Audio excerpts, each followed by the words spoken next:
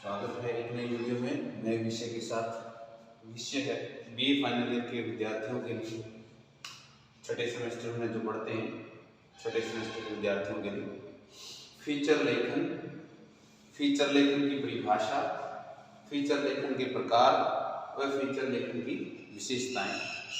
एक क्वेश्चन के रूप में भी ये बहुत बार आता है और छोटे छोटे टुकड़ों के रूप में भी ये बहुत बार आता है। कई बार 2 नंबर का, 1 नंबर का, 5 नंबर के क्वेश्चन के रूप में ये क्वेश्चन आ जाता है। विद्यार्थियों, जैसे कि जितने नंबर का पूछा जाए उतना ही आपने लिख देना है। कि फीचर लेखन पूछना है तो फीचर लेखन के बारे में लिख दें, कोई परिभाषा पूछ रहा है एग्जामिनर तो परिभाषा लिख दें, फीचर लेखन के प्रकार पूछ रहा है तो प्रकार लिख दें, अब विशेषताएं पूछ रहा है तो विशेषताएं लिख दें। तो आपको ध्यान रखना है, लेकिन पूरा एक ही क्वेश्चन है ये, कई बार इसको टुकड़ों में तोड़कर एग्जामिनर एग्जाम के अंदर दे देते हैं। आइए बात करते हैं फीचर लेखन। सबसे पहले फीचर लेखन ये अंग्रेजी का शब्द है, फीचर अंग्रेजी का शब्द है और हिंदी में से रूपक कहा जाता है। फीचर में घटना, समाचार या चरित्र का खुला वर्णन किया जाता है। खुला वर्णन किया जाता है, खुलकर, कोई दुराव छुपाव नहीं किया जाता, खुला वर्णन किया जाता है तो फीचर लेखन कहलाता है। और फीचर लेखन में कम शब्दों में, फीचर लेखन में कम शब्दों में रोचक ढंग से लिखना होता है। और फीचर लेखन पुस्तक ज्ञान पर आधारित न होकर फीचर लेखन आंख, कान और अनुभूति पर आधारित होता है। मतलब ये नहीं पुस्तक में पढ़कर जो है कोई फीचर लिख दिया, नहीं। फीचर लेखन आंखों देखी घटना, कानों सुनी और अनुभव की हुई घटना पर आधारित होता है फीचर लेखन। अब आइए फीचर लेखन की परिभाषा विभिन्न विद्वानों ने क्या दी। बहुत सारे विद्वानों की परिभाषाएं हैं फीचर लेखन की, लेकिन 3 विद्वानों की जो परिभाषाएं विद्यार्थियों के लिहाज से जो आसान लगती हैं वही इस व्याख्यान में सम्मिलित की है। आइए बात करते हैं। डॉक्टर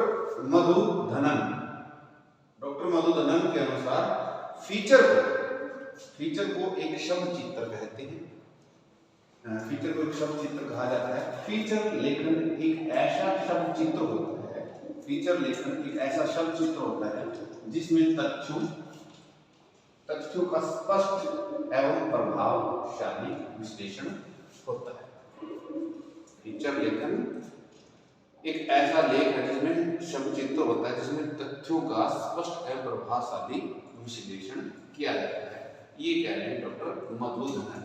अब आइए बात करते हैं डॉक्टर अर्जुन तिवारी क्या कहते हैं। डॉक्टर अर्जुन तिवारी कहते हैं मानवीय रुचि के विषयों को, मानवीय रुचि के विषयों के साथ सीमित समाचार, समाचार एक छोटा हो लेकिन उसको जब चटपटा लेख बना दिया जाए, समाचार को ही चटपटा लेख बना दिया जाए तो वह फीचर की संख्या ले लेता है। ऐसा कहते हैं डॉक्टर अर्जुन तिवारी कि मानवीय रुचि का है और वो समाचार ही है लेकिन उसको चटपटा लेख बनाकर प्रस्तुत किया जाता है तो वह फीचर की संख्या ले लेता है। उसके बाद अंग्रेजी विद्वान है एल्मो स्कॉट वाटसन क्या कहते हैं, फीचर किसी भावना के इर्द गिर्द चक्कर काटता है। फीचर किसी भावना के इर्द गिर्द चक्कर काटता है, समाचार को भी ऐसा रूप दे दिया जाता है।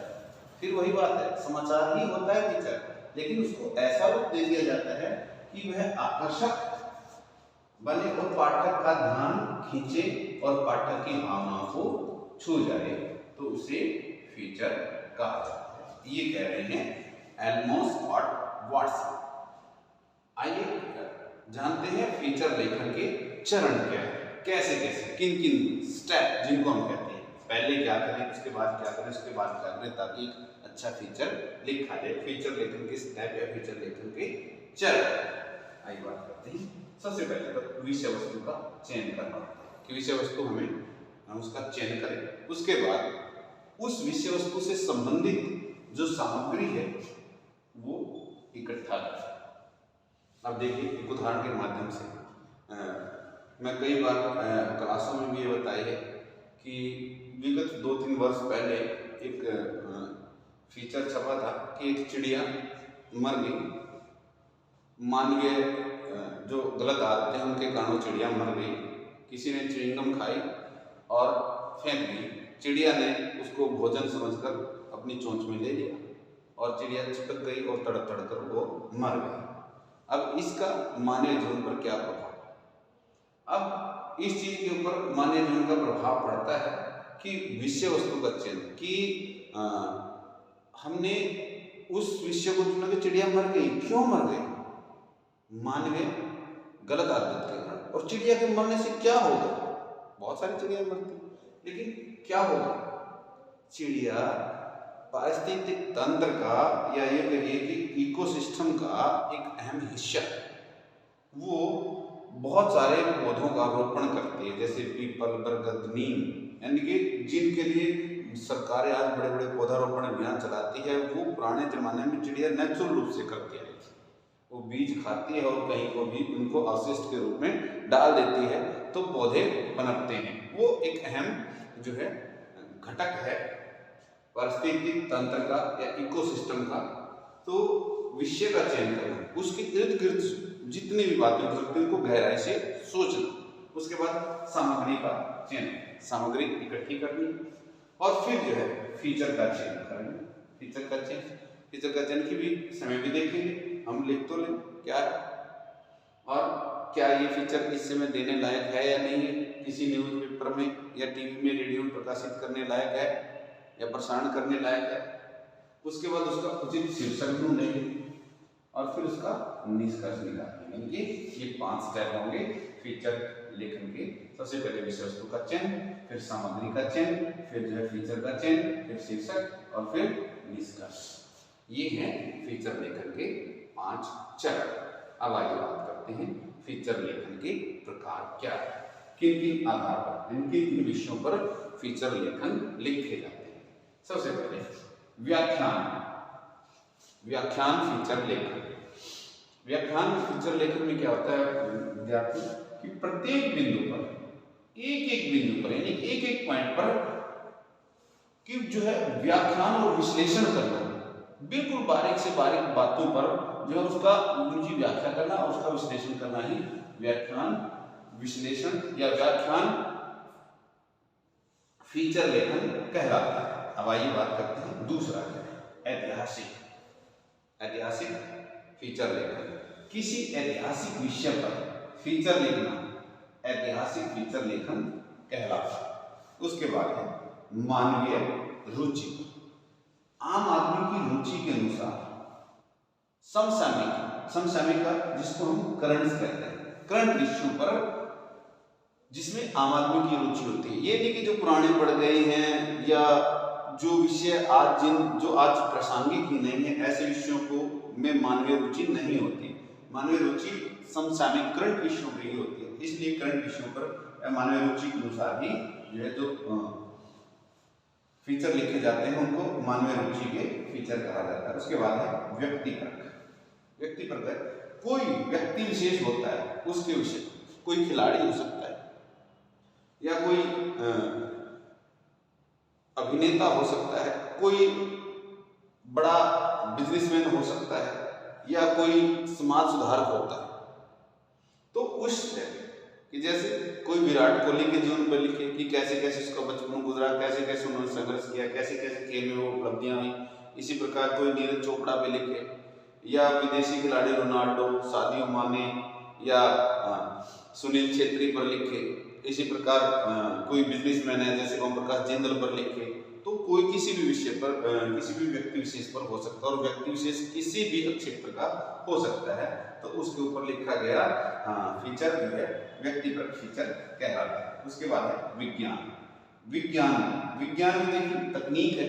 और उसके बाद रसायन विज्ञान, भौतिक विज्ञान, जीव विज्ञान, किसी भी प्रकार नए शोध हर रोज होते हैं दुनिया के हर कोने में और उनके ऊपर लिखा गया जो फीचर होता है वो वैज्ञानिक फीचर कहलाता है। उसके बाद अगला आता है खेलकूद पर आधारित फीचर। खेलकूद कि कितने सारे खेल हैं और खेल में विभिन्न प्रतियोगिताएं हैं, ओलंपिक है या वर्ल्ड कप है, कोई सीरीज है, ट्राई सीरीज है, बायलैटरल सीरीज है, बहुत सारी सीरीज है। तो उनके ऊपर या किसी खेल विशेष पर और उस खेल के महत्व के बारे में, उसके खेल के नियमों के बारे में, वो कहाँ से शुरू हुआ, कैसे हुआ, उनके बारे में लिखना, यानी कि खेल की विस्तृत जानकारी देना, वो खेल कूद पर आधारित फीचर लेखन कहलाता है। उसके बाद है पर्व या उत्सव, एक तरह के सामाजिक जो है ये फीचर कहलाते हैं। पर्व त्योहार, कोई भी पर्व है, त्योहार है, उसका सामाजिक, सांस्कृतिक और परंपरागत महत्व क्या है, मनुष्य के जीवन में कैसे शुरू हुआ, क्या क्या क्या आधार बने उसके, और उसको क्यों निभाया जा रहा है, और उसके लिए सामाजिक और सांस्कृतिक उसका महत्व क्या है, उसके पहलू क्या है, इन सब बातों के ऊपर जिस फीचर में लिखा जाता है वो पर्व या उत्सव फीचर लेखन कहलाता है। अब आइए बात करते हैं पारिवारिक फीचर लेखन। कोई परिवार विशेष पर, बहुत सारे हमारे भारत देश में भी और विदेशों में बहुत सारे ऐसे परिवार हैं जो और लोगों के लिए, आम लोगों के लिए प्रेरणा का स्रोत बनते हैं। तो ऐसे पारिवारिक घरानों पर जो फीचर लिखे जाते हैं कि जैसे महाराणा प्रताप के ऊपर लिखा जाए, महाराणा प्रताप को वंशावली के बारे में, दीनबंधु छोटूराम के बारे में या उसके परिवार के बारे में लिखा जाए, या महारानी विक्टोरिया के बारे में लिखा जाए, नेल्सन मंडेला के परिवार के बारे में लिखा जाए, तो किसी भी जो व्यक्ति विशेष होता है उसके पारिवारिक घराना होता है, या कोई संगीत का कोई घराना हो सकता है, कोई बिजनेस का कोई घराना हो सकता है, उसके ऊपर जो है पारिवारिक फीचर लिखे जाते हैं। उसके बाद है रेडियो फीचर, जो रेडियो में जिनका प्रसारण किया जाता है, रेडियो पर प्रसारित होने वाले फीचरों के लिए जो है ध्यान रखना पड़ता है कि ध्वनि और संगीत पर आधारित ऐसे शब्दों का चयन करना जो ध्वनि और संगीत पर खरे उतरे और जो प्रभावशाली हो, और ऐसे शब्दों को एक सूत्र में पिरोना ही जो है रेडियो फीचर कहलाता है। उसके बाद है टेलीविजन फीचर। टेलीविजन में तीनों चीजें होती हैं, ध्वनि, संगीत एवं चित्र, यानी कि शब्दों को इस तरीके से एक माला में पिरोना कि जैसे ध्वनि, संगीत और तीनों की माला, चित्र भी जैसे दृष्टिगोचर होते हुए, दृष्टि दिखाई देते हुए प्रतीत, तो टेलीविजन फीचर लेखन कहलाता है। उसके बाद आता है फोटो फीचर।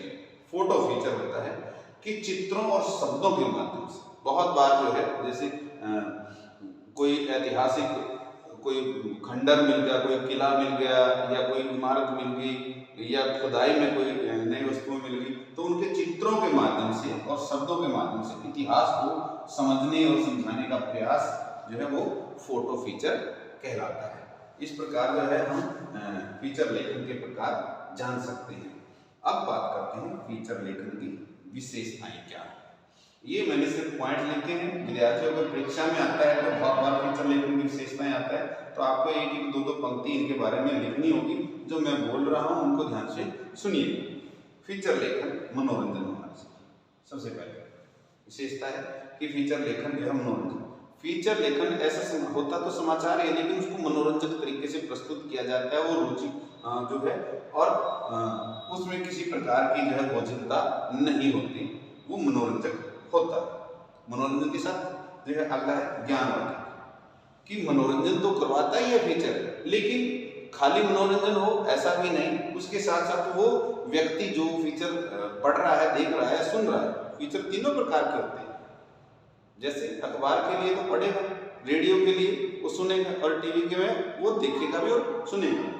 तो ज्ञानवर्धक वो होना चाहिए ताकि वो उस व्यक्ति की ज्ञान में वृद्धि कर सके, वो नई नई जानकारियां उसके लिए होनी चाहिए, इसमें ज्ञानवर्धक हो। उसके बाद मानवीय रुचि पर आधारित होना चाहिए फीचर, क्योंकि फीचर जो समसामयिक विषयों पर अगर होगा, ताजा तरीन घटनाएं होंगी, ये नहीं कि पुरानी जो बार बार वो देख चुका हो, या कोई ऐसी घटनाएं जिनका कोई वर्तमान समय में वो प्रासंगिक ना हो, उनका महत्व ना हो, उन बातों का कोई उल्लेख करना का औचित्य नहीं होता। इसलिए मानवीय रुचि के वही विषय हो सकते हैं जो करंट्स की हैं, ताजा तरीन घटनाएं जो होती हैं, उनके विषयों पर जो है लिखा जाए तो वो मानवीय रुचि के अनुरूप फीचर कहलाएगा। उसके बाद चित्रात्मक भाषा, कि फीचर लिखते समय ऐसे शब्दों का इस्तेमाल, एक तो आम बोलचाल की शब्दावली होनी चाहिए, क्योंकि फीचर जो लिख रहे हैं वो आम आदमी या कम पढ़े लिखे व्यक्ति भी उसको पढ़ रहे, सुन रहे, देख रहे होते हैं, ताकि उसको शब्दों के माध्यम से, इस प्रकार की शब्दावली की शब्दों के माध्यम से जो है चित्र खींचता हो, जिसको कहते हैं साहित्य में बिंबात्मक भाषा जो है उसकी होनी चाहिए। उसके बाद कल्पना का समावेश, कि समाचार और फीचर में यही अंतर है कि समाचार में पूरी तरह से सत्य होता है और फीचर में थोड़ा बहुत काल्पनिकता का प्रयोग किया जाता है, लेकिन काल्पनिकता इतनी भी नहीं होनी चाहिए कि वो सत्य ही या तथ्य ही उसमें अदृश्य हो जाए। इसलिए कल्पना का समावेश जो है एक जो उचित अनुपात में करना चाहिए। उसके बाद लंबा व घुमावदार फीचर जो है ना तो लंबा होना चाहिए ना घुमावदार होना चाहिए, सीधा सपाट होना चाहिए और इतना सा उसका जो है आकार रखा जाए कि एक व्यक्ति जो है उसको पढ़ते समय उसको बोझिल ना समझे और उसको वो बड़ा ना लगे कि पढ़ते पढ़ते उसका जो है मन उससे भर जाए। इसलिए वो छोटा होना चाहिए, मतलब लंबा ना हो, घुमावदार ना हो कि ऐसे वक्रोक्ति अलंकार या ऐसे गूढ़ रहस्य भरे शब्द या ज्यादा वैज्ञानिक शब्दावली अगर होगी तो आम आदमी या आम पाठक उसको के लिए वो रुचिकर नहीं होगा। उसके बाद है भावात्मक। समाचार में और फीचर में यही अंतर होता है कि जो फीचर लेखक होता है वो फीचर लेखक लिखने वाला और पाठक की भावना के अनुरूप और फीचर लिखने वाले की भावना के अनुरूप भी वो फीचर लेखक अपने भावना को, अपने भावों को पाठक के अनुरूप ढालने का प्रयास करता है। इसलिए जो है फीचर लेखन में ये ध्यान रखना चाहिए कि वो भावात्मक हो। उसके बाद है तर्कसंगत, कि फीचर लेखन में जो तर्क दिए जाते हैं वो तर्कसंगत होना चाहिए। ये नहीं कि तथ्यहीन बातें हों बिना जिनका कोई, जो आम भाषा में कहते हैं कि जिनका कोई पैन से जाना ना हो, इस प्रकार की बातें नहीं करनी चाहिए। जो वैज्ञानिक तथ्यों के साथ और एक एक बात को स्टेप बाय स्टेप यानी एक एक चरण के बाद जो है वो तथ्य सही और वैज्ञानिक तरीके से सत्य होने चाहिए। उसके बाद गतिशील, कि जब फीचर लिख रहे हैं उसमें लगातार गतिशीलता नहीं होनी चाहिए, वो उसमें ठहराव नहीं आना चाहिए, वो एक के बाद एक तथ्य खुलते जाने चाहिए। जैसे गवेषणात्मक शैली में होता है, आप बहुत बार सावधान इंडिया में देखते हैं कि एक के बाद एक कड़ियां खुलती जाती हैं, तो वो गतिशीलता फीचर में बनी रहनी चाहिए। उसके बाद है विचित्र और रोचक, कि बहुत सारे विचित्र विषयों पर विचित्रताओं की भरी बातें जो उसके अंदर डाली जाती हैं ताकि वो रोचक लगे और रोचक तथ्यों के साथ, रुचिकर तथ्यों के साथ जो फीचर को लिखना होता है। उसके बाद है तथ्य पर, कि तथ्य सही होने चाहिए, कि ये नहीं कि जैसे ऐतिहासिक विषयों पर है कि आप कुछ कह रहे हो और लेकिन और ऐतिहासिक पुस्तकों में कुछ और लिखा हुआ है। भौगोलिक अगर कोई स्थान या घटना है तो भूगोल कुछ कह रहा है और आपके फीचर में कुछ और लिखा जा रहा है। इसलिए जो तथ्य हैं, जो तथ्य जिस विषय का है उस विषय का तथ्य सही होना चाहिए। उसके बाद है ज्ञानवर्धक, कि पूरा समाचार नहीं होना चाहिए फीचर में जो है वो इतना ज्ञानवर्धक होना चाहिए कि पाठक को पढ़कर जो है वो आनंद आ जाए और उसके ज्ञान में वो वृद्धि करे। तो इस प्रकार जो है हम फीचर लेखन की विशेषताओं को समझ सकते हैं। तो एक बार फिर से मैं विद्यार्थियों को ध्यान आकर्षित करा रहा हूँ। विद्यार्थियों, ये जो पॉइंट है फीचर लेखन की विशेषताएं, ये अपने आप में एक क्वेश्चन के रूप में भी आता है और ये जो है ये 12 पॉइंट है। इसके में जो है आप एक एक दो पंक्ति इनके बारे में अवश्य लिखेंगे। मैंने प्रयास किया है कि एक एक पॉइंट के बारे में दो तीन पंक्तियों के माध्यम से आपको समझाने का प्रयास किया है। तो विद्यार्थियों, उम्मीद करता हूँ कि फीचर लेखन क्या है, फीचर लेखन की परिभाषा, फीचर लेखन के प्रकार व फीचर लेखन की विशेषताओं को इस व्याख्यान के माध्यम से आप अच्छे प्रकार से समझ पाएंगे। धन्यवाद।